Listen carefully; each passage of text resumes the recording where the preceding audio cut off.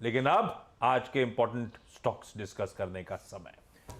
Harshada screen पे ready नजर आएंगी और चार्ट का हिंदी ढूंढ लाइए। क्या है चार्ट का हिंदी? लेखा चित्र। लो भाई साहब, तो गाबा सर के रडार पे आया था क्या? लेखा चित्र में संरचना सकारात्मक नजर आई थी। गाबा सर ठीक है ना? देखिए देखिए, मुझे वो पता नहीं, मैं कोशिश करता हूँ। मैं पहले इंग्लिश में पढ़ूंगा फिर हिंदी में पढ़ूंगा। Maruti chart looks good, aggressive call, can climb to around 10,200, stop loss 9,900, the stock has resilience। अब इसका हिंदी, मारुति चार्ट अच्छा लग रहा है, आक्रामक कॉल है, 10,200 के आसपास चढ़ सकता है, स्टॉप लॉस 9,900, स्टॉक में लचीलापन है। अब ये लचीलापन बोलूंगा तो कोई समझेगा नहीं, बस कोशिश की है मैंने। वाह, बढ़िया कोशिश थी। अब चलिए, अब चला जाए सारे इंपॉर्टेंट स्टॉक्स न्यूज की तरफ। और सबसे पहले वेदांता रडार पे। हर्षदा क्या अपडेट्स हैं, क्या हो गया? वेदांता रिसोर्सेज पर दरअसल मूडीज ने एक डाउनग्रेड जताया है आशीष। ये प्राइमरीली कॉर्पोरेट फैमिली की जो रेटिंग है उसमें कमी की बात यहाँ पर मूडीज कर रहा है। CA3 नई रेटिंग है वर्सेस CA2। अब इसके मायने क्या है? CA3 तभी मिलती है जब उनको लगता है कि बहुत ही पुअर क्वालिटी और हाई क्रेडिट रिस्क है ये एंटिटी, तो उस लिहाज से वो स्टॉक आप रेडार पर रखेंगे। इनफैक्ट इन्होंने इनकी सीनियर अनसिक्योर्ड बॉन्ड्स की भी रेटिंग CA करार करती है और इसके मायने यही है कि highly speculative and likelihood of a near default. तो दोनों ही रेटिंग्स में जो कटौती हुई है वो अच्छा साइन नहीं है। आउटलुक मेंटेन रखा है इन्होंने नेगेटिव। दरअसल मूडी ने रीसेंट रिस्ट्रक्चरिंग जो कंपनी ने की थी उस पर भी बयान दिया है। वो कह रहे हैं कि डेट रिस्ट्रक्चरिंग जो भी हुई है वो डिफॉल्ट को अवॉइड करने के लिए दरअसल कंपनी ने की। नियर टर्म लिक्विडिटी अगर इंप्रूव होती है तो बहुत ही हल्की सी होती हुई दिखाई देगी। इसका मायना यही है कि कंपनी का कैपिटल स्ट्रक्चर अभी भी अनसस्टेनेबल है। हाई फाइनेंस लेवरेज कंपनी की होल्डिंग कंपनी में इस समय दिखाई दे रहा है और उसका कुछ असर देखने को मिल सकता है। डिफॉल्ट रिस्क अभी भी काफ़ी ज़्यादा है, ये मूडीज ने दरअसल कहा है और वो दरअसल स्टॉक पर इम्पैक्ट कर सकता है। तो इसके जो पेरेंट है ये उसकी दिक्कत है, पर इस पे भी रब ऑफ पड़ेगा। और ये तब हो रहा है जब वेदांता ने हाल ही में अपने बॉन्ड्स को लेकर रीस्ट्रक्चरिंग का ऐलान करा था। वो दिक्कतें टल रही थी। उस बीच मूडीज का माफ कीजिएगा ये डाउनग्रेड आता हुआ। भैया मानस, कैसा लग रहा है इसका रेखा चित्र? तो देखिए, अगर हम वेदांता की बात करें तो वेदांता में कल भी करेक्शन देखने को मिला था, लेकिन स्टॉक ने 200 डे मूविंग एवरेज पे सपोर्ट लिया था। देखिए, अब आपकी स्ट्रेटेजी बहुत क्लियर है। अगर ये 255 के नीचे जाए तो आपको अपनी लॉन्ग पोजीशन से निकलना पड़ेगा, इसलिए वहां पर स्टॉप लॉस जरूर लगाइए अगर आपके पास लॉन्ग पोजीशन है तो। ऊपर की तरफ खरीदारी तभी करेंगे जब 265 रुपए के ऊपर निकलेगा। अगर 265 के लेवल्स ब्रीच होंगे तो आप खरीदारी करिए 260 रुपए के स्टॉप लॉस से 275 रुपए के टारगेट के लिए। ओके वैसे एक चीज़ है, प्राइस बहुत कुछ अपने आप कह देती है आपको। हाँ। आप वेदांता को आप मैप करिए मेटल्स इंडेक्स के साथ। पिछले मेरे ख्याल से 3 महीने का चार्ट देख लीजिए और जो डॉलर इंडेक्स के जब कोलैप्स करने के बाद या बॉन्ड यील्ड्स वो गिरने के बाद जिस तरीके की रैली आई थी मेटल्स इंडेक्स में, उसके सामने अगर आप वेदांता को मैप करेंगे तो अच्छा, तो मेरे लिए भी सरप्राइजिंग है। मुझे लग रहा था कि वेदांता ने अंडर परफॉर्म किया है, लेकिन ये तो एक्चुअली इनलाइन परफॉर्म किया है। तो काफ़ी इंटरेस्टिंग है। पहले अंडर परफॉर्म किया था इसने काफ़ी, सब साल के हाईज पे थे और ये हाँ तब बीच में, लेकिन हाँ पिछले 3 महीने में चला है। तो इंटरेस्टिंग, आज देखते हैं कैसे रिएक्ट करता है फिर न्यूज़ पर। इंटरेस्टिंग हो रही है। चलिए, वेदांता पहला स्टॉक जो रडार पे। दूसरा चर्चा में भी आया था, हेडलाइन में भी मेंशन था, डेल्टा कॉर्प। जान लेते हैं इसके दरअसल थ्रेडबेयर नंबर्स रहे कैसी परफॉर्मेंस है। अब आशीष, हम सब जानते हैं ये third quarter seasonally peak quarter रहता है, वहाँ पर रेवेन्यू एबिटा दोनों पर दबाव बनता दिखाई दिया है। उस लिहाज से अगर आप नंबर्स देखें तो प्रॉफिटेबिलिटी पर इसका असर देखने को मिला है। ध्यान रहे ये स्टॉक बैन में है। उसके बाद अब आगे का क्या एक्शन रहेगा उस पर नजर डालते हैं। डेल्टा कॉर्प के केस में मुनाफा करीब 59% घटकर 34 करोड़ पर आया है। पिछले साल इस तिमाही में 85 करोड़ के आसपास था। रेवेन्यू में 15% तक की गिरावट दर्ज होती हुई दिखाई दे रही है। 231 करोड़ के आसपास तक का रेवेन्यू आया है वर्सेस 273 करोड़। साथ ही साथ EBITDA देखेंगे तो वहां पर 45% तक की गिरावट है। 55 करोड़ का EBITDA, जहां पर 100 करोड़ पिछले साल इन्होंने कमाए थे। अब मार्जिन पर गौर करें तो 37% के मार्जिन 24% पर आ गए हैं। यहाँ पर आप देखिएगा कसिनो का जो रेवेन्यू है वो करीब 18% घटा है, ऑनलाइन गेमिंग रेवेन्यू करीब 9% घटा है, सिर्फ हॉस्पिटैलिटी सेगमेंट है जहां पर करीब करीब 8% तक की ग्रोथ देखने को मिली है। खैर, ब्यूटीफुली एक्सप्लेन कार्यक्रम की शुरुआत में ही बिग स्टॉक्स में क्यों इस तरह से बीटा टूटा, वो बोनस चिप्स देने के चलते ये बिटाई। पर हाँ, नंबर्स कमजोर है, इसमें कोई शक नहीं, क्योंकि आय भी गिरी है 15% के आसपास। वायदा के कर्व जो 12 स्टॉक्स हैं उसमें वायदा के बैन में डेल्टा का शुमार है। फिर भी चार्ट्स पे कैसा प्लेस सतपुते साहब? मुझे लगता है कि एक कंसोलिडेशन में है हाल फिलहाल के। अगर आप मूव देखें इसकी तो 160 से 150 तक करेक्ट हुआ है। आज के लिए इसका इंपॉर्टेंट सपोर्ट होगा 145। ये क्लस्टर ऑफ जो सपोर्ट हम देखते हैं इसका लोअर बैंड है, तो अगर ये 145 का लेवल टूटता है तो मुझे लगता है ये जो पुल बैक था ये कंप्लीटली आप कह सकते हैं निगेट हो जाएगा, एंड इन दैट केस यहाँ पे फिर से करेक्शन आएगी 130 125 तक। तो it's a cell below 145 level. 145 टूट रहा है तो बिकवाली का प्रेशर हावी होगा, तब आप सेल इनिशिएट करें, इस समय नहीं। अगला कल का स्टॉक इन फोकस, वायदा का टॉप लूजर पॉलीकैब, 8-9% की पिटाई, अटकलें, बज, टैक्स इवेजन रिलेटेड। मैनेजमेंट की शाम को बाजार बंद होने के बाद क्लैरिटी आती हुई, हर्षदा क्या कह रहा है, मैनेजमेंट भरोसा बढ़ रहा है या नहीं?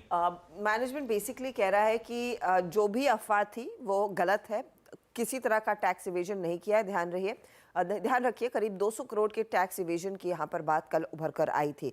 कंपनी कहती है कि वो अपनी कमिटेड है कंप्लायंस और ट्रांसपेरेंसी की तरफ, फुल्ली कोऑपरेट कर रहे हैं इनकम टैक्स डिपार्टमेंट के साथ। सर्च प्रोसीडिंग्स जब हुई थी कोई अभी तक कम्युनिकेशन इनकम टैक्स डिपार्टमेंट की तरफ से नहीं आया है कि उन्होंने अपनी सर्च में क्या पाया। तो ये जो फिगर आया है वो अनवारंटेड है और कंपनी कह रही है हमने कोई टैक्स इवेट नहीं किया है। चलिए सावंत साहब जरा पॉलीकैब का स्टॉक उठा के रेडी रखिएगा। तो इन्होंने कहा है वो हो सकता है, अभी अपडेट क्लैरिटी नहीं है, ये कह रहे हैं कि हमसे कोई ऑफिशियली कम्युनिकेशन उस सर्च के बाद आईटी डिपार्टमेंट ने किया नहीं है। तो अब पता नहीं, स्ट्रीट में तो खैर पिटाई तगड़ी थी, वॉल्यूम बहुत तगड़े थे, इसके साथ ही पिटाई हो रही थी। कैसा प्लेस्ड सावंत साहब ये स्टॉक पॉलीकैब, क्या करोगे आप? भरोसा बढ़ेगा क्या इस सो कॉल्ड क्लैरिफिकेशन के बीच? तो आशीष जी, एक बेसिक कॉन्सेप्ट होता है कि प्राइस और टाइम जो होते हैं वो इवेंचुअली एक दूसरे को कैचअप करते हैं। अगर हम दो स्टॉक को नोटिस करें पिछले 3 महीनों में, पॉलीकैब और डिक्सन, ये बहुत ज्यादा रन अप हुआ है। मुझे लग रहा है एक इन्वेस्टर अगर देखना चाहे, जिसको स्टॉक में बिलीफ हो, तो जो सपोर्ट लेवल्स है वो करीबन 4800 के। तो इन्वेस्टमेंट पर्सपेक्टिव से 4800 स्पॉट क्लोजिंग बेसिस से थोड़ा प्रीएम्प्ट करके आप खरीद सकते हो। जो ट्रेडर्स है, मेरे हिसाब से ये texture of sell on rally हो चुका है, तो जब तक कि ये स्टॉक कल के हाई को क्रॉस ना करे, मेरे हिसाब से यहाँ से दूर होना होगा। सिर्फ इन्वेस्टर लेवल के हिसाब से काफी अच्छा लेवल आ चुका है, रिस्क कम है, ये हिसाब से आप ऐड कर सकते हो। ब्यूटीफुल, ये है पॉलीकैब का अप्रोच, सेल ऑन राइज का टेक्सचर है। जब तक कल के हाईज नहीं निकाल रहा तब तक तो दूर ही रहना है। इसमें ना एक और चीज़ है आशीष, ये एक और आपको एक क्लियर एग्जांपल दे रहा है कि इस समय मार्केट में अगर 2 महीने पहले ये न्यूज़ आई होती तो शायद इतना नहीं गिरता ये स्टॉक, क्योंकि उस समय मार्केट का टेक्सचर बहुत ही शानदार था। अभी क्या ये जो स्टॉक्स इतने चल चुके हैं, जैसे पॉलीकैब की हमने लगातार बात की, हर लेवल पे बात की है, एक वन वे रैली, बहुत एक्सपेंसिव ये स्टॉक हो चुका है। और अभी भी व्यूज़ पर यही है कि लॉन्ग टर्म में अभी भी पॉजिटिव है और आगे जाकर ये स्टॉक शायद इंडेक्स का भी हिस्सा बनेगा। लेकिन अब आप 6 महीने का चार्ट देखेंगे तो पता ही नहीं चलेगा कल की डिक्लाइन कि 38% अभी भी ऊपर है। अगेन आपको ये बता रहा है कि इन लेवल्स पर अगर न्यूज़ नेगेटिव कोई हल्की सी भी आ गई तो जगह नहीं है स्टॉक के पास, मतलब वो बहुत तेज़ी से गिरेगा। वो पॉलीकैब जैसा स्टॉक है जो एकदम हाईएस्ट पेडिग्री मानते हैं हम जिसको, वो एक महीने 15% गिर सकता है। तो सोचिए छोटे स्टॉक्स में अगर कभी कोई खराब खबर आ गई तो वो किस तरीके से गिर सकते हैं। ये एक और आपके लिए एक तरीके का सॉर्ट ऑफ वार्निंग साइन है यहाँ पर। बिल्कुल ठीक। चतुर्वेंद्र साहब ल्यूपिन रेडी रखिएगा। हर्षदा क्या अपडेट्स? अच्छी खबर, लुपिन को एक पॉजिटिव तरीके से देखना है क्योंकि इन्होंने यूएस में एक पर्टिकुलर प्रोडक्ट जिसके लिए इनको अप्रूवल मिल चुका था इवेंचुअली लॉन्च कर दिया है। ब्रॉमफेनैक या ऑप्थेल्मिक सॉल्यूशन यूएस में लॉन्च किया गया है। अब इसका exclusive first to file product है लुपिन के लिए। ये 180 दिनों की एक्सक्लूसिविटी इनके पास रहेगी। साथ ही साथ एक जेनरिक है ये पर्टिकुलर दवा और एस्टिमेटेड सेल्स जो है वो करीब $182 मिलियन के आसपास की है। तो एक इंपॉर्टेंट प्रोडक्ट जो इन्होंने लॉन्च किया है। बिल्कुल ठीक। आंखों की दवा जिसको अप्रूवल पहले मिल गया था, लॉन्च हुआ है तो एक सेंटिमेंट पॉजिटिव के तौर पे रख लीजिए आप। स्टॉक्स ने बढ़िया रिटर्न्स दिए हुए हैं। चचमोता साहब, आप लोग का व्यू क्या है? ल्यूपिन रखा है क्या आपने? अब तो आशीष, इसको हम थोड़ा डिफरेंट तरीके से प्ले कर रहे हैं पूरे फार्मा बास्केट को। हमने फार्मा के अंदर में इंडिविजुअल बेट्स लेने के बजाय प्रेफर किया है इसके ईटीएफ को पोजीशन देने के लिए, क्योंकि उसका कारण ये है कि फार्मा के अंदर में कई मूविंग पार्ट्स है, जेनरिक है, ब्रांडेड है। उसके बाद भी हम देखते हैं कि एपीआई प्लेस भी इसके अंदर में काफ़ी एक्टिव है। तो rather than betting on individual name, हमने इसके अंदर में ईटीएफ के अंदर जगह बनाई है। हमारा मानना है कि ईटीएफ के अंदर में हमारा एक्सपोजर जेनरिक, ब्रांडेड, साथ ही साथ हम जैसे आपने कहा एपीआई के कई अच्छे प्लेयर्स हैं, उनका भी एक्सपोजर ले पा रहे हैं। तो इस ईटीएफ का जो लेवल है वो करीब करीब 17 रुपए के आसपास ट्रेड कर रहा है। और हमने पहले भी इसकी चर्चा कर आपके चैनल पे की है, बट मुझे लगता है कि ये ईटीएफ बहुत लंबे समय के कंसोलिडेशन के बाद निकला है। और ऑलमोस्ट इसको आप देखेंगे तो लास्ट टाइम जो हाई बना था वो 2021 में बना था, तो अभी तो 2 साल के कंसोलिडेशन के बाद निकला है। और इसमें अपसाइड मुझे लगता है 21 से 22 के लेवल तक देखने को नजर आएगी। और उसका रीजन ये है कि हमारा मानना है कि जो प्राइसिंग प्रेशर था यूएस में वो ईज हो रहा है, डबल डिजिट्स से वो लो सिंगल डिजिट में आ चुका है। साथ ही साथ यूएस एनडीए अप्रूवल्स आप देखेंगे तो थोड़ा सा दिक्कत आ रही है इस समय आशीष के लिंक में, इसको रिविजिट करेंगे। लेकिन Nippon India Nifty pharma ETF ये एक और ऑप्शन हो सकता है यहाँ पर इन्वेस्ट करने के लिए। आगे बढ़ते हैं फिर। बिल्कुल हर्षदा, बाकी के सारे स्टॉक्स न्यूज बचे हुए कौन से? पॉन्डी ऑक्साइड्स, तमिलनाडु सरकार के साथ इन्होंने एमओयू साइन किया है। एक रिसाइकलिंग और manufacturing plant non ferrous metals, lithium ion batteries, paper, plastic और रबर के लिए तैयार करेंगे। 300 से 500 करोड़ तक का इन्वेस्टमेंट ये कंपनी करने वाली है अगले 5 सालों में। KIOCL, इन्होंने मैंगलोर बेस अपने पैलेट प्लांट यूनिट को टेम्परेरली सस्पेंड कर दिया है, क्योंकि आयन और फाइन्स की कमी की वजह से दरअसल ये सस्पेंशन आया है। जी एंटरटेनमेंट रेडार पर रहेगा। कल ऑफ कोर्स हमने देखा था स्टॉक कैसे 6-7% टूटा था। यहाँ पर सोसाइटी जनरल ने करीब 43 लाख शेयर बेचे हैं 259 के भाव पर, यानी कि नियरली 1% की हिस्सेदारी की बिकवाली सोसाइटी जनरल की तरफ से हुई है। सीमेंट स्टॉक्स भी रेडार पर रखिएगा। नोमरा की एक रिपोर्ट आई है, उन्होंने कुछ चैनल चेक्स किए और वो कह रहे हैं कि पैन इंडिया दरअसल सीमेंट की कीमतों में कुछ नरमी देखने को मिली, करीब मॉडरेशन आया 10 रुपए प्रति बैग का। मार्जिनल इंप्रूवमेंट हालांकि डिमांड में देखने को मिल रही है मंथ ऑन मंथ। उनका मानना है कि साउथ इंडिया में प्राइस करेक्ट हुए जनवरी में करीब 19 रुपए प्रति बैग। ईस्टर्न रीजन में भी करेक्शन देखने को मिला है 11 रुपए प्रति बैग। नॉर्दर्न रीजन में करीब 10 रुपए प्रति बैग का करेक्शन है।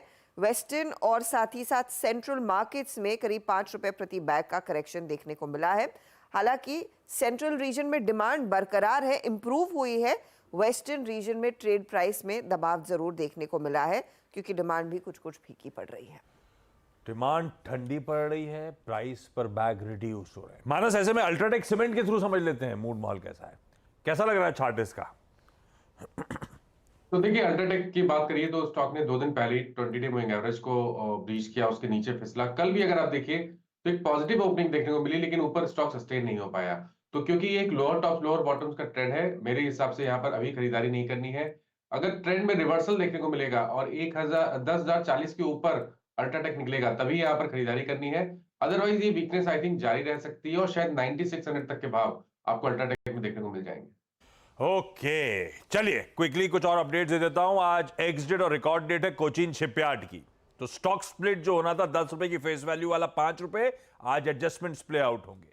ग्रासिम इंडस्ट्रीज के जो राइट्स इशू है आज उसकी रिकॉर्ड डेट है। आज जिन जिनके नाम होंगे बुक्स पे वो इस राइट्स के लिए इंटाइटल्ड होंगे। स्पाइस जेट की आज शाम बाजार बंद होने के बाद 3:30 बजे एजीएम शेड्यूल है। रखिए इन सबको रडार पे। हमने मुनाफे की तैयारी पूरी कर ली है, समेटने का वक्त।